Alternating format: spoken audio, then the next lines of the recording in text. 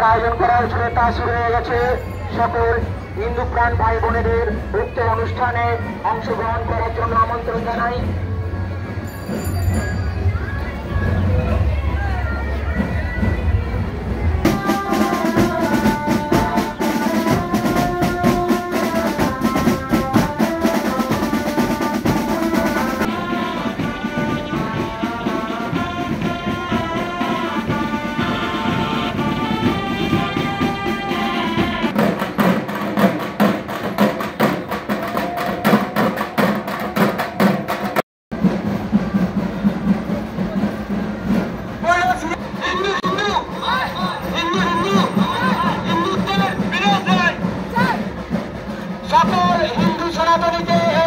শোভাযাত্রায় অংশগ্রহণ করার জন্য মা ভাই বোনেরা এই ধর্মীয় শোভাযাত্রায় অংশগ্রহণ করেছেন তাদের বিশ্ব হিন্দু পরিষদ ও বজরং দলের পক্ষ থেকে।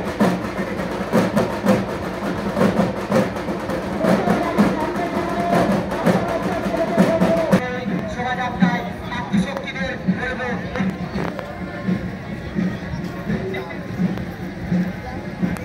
চলে আসুন, প্রচার মাইকের চলে আসুন, জায়গা আছে সেখানে আসার জন্য। প্রচার মাইকের পেছনে সবাই চলে আসুন। বিশ্ব হিন্দু পরিষদ ও বজরং দলের পরিচালনায় যে ধর্মীয় শোভাযাত্রার আয়োজন করা হয়েছে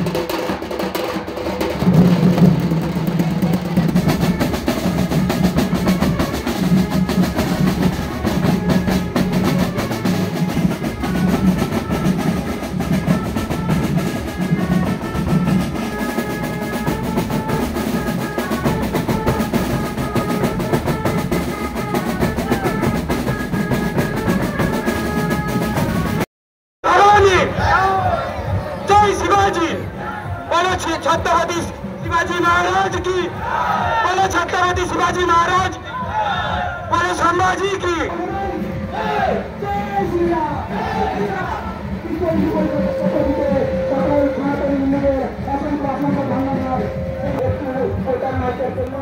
রামনবমী আমাদের বাঁকুড়া জেলায় বা গোটা পশ্চিমবাংলায় বা গোটা ভারতবর্ষ জুড়ে বিশ্ব হিন্দু পরিষদ এবং সংঘ পরিবার এটা আয়োজন করে।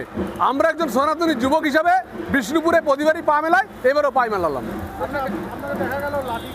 হ্যাঁ নিশ্চিত হবে, আমরা মিশনের ছাত্র ছিলাম আমি, তো লাঠি খেলা আমার ছোটো থেকে ছিল, কিন্তু দেখানোর প্রয়োজন মনে করিনি। আজকে একটু আমাদের সমস্ত সনাতনী যুবক হিসাবে লাঠি হচ্ছে আমাদের পুরানি যুগ থেকে আমাদের শুরু হয়েছে, আত্মরক্ষার স্বার্থে ব্যবহার হয়, সেই জন্য আমি দেখালাম লাঠি খেলাটা সবাই শেখুন।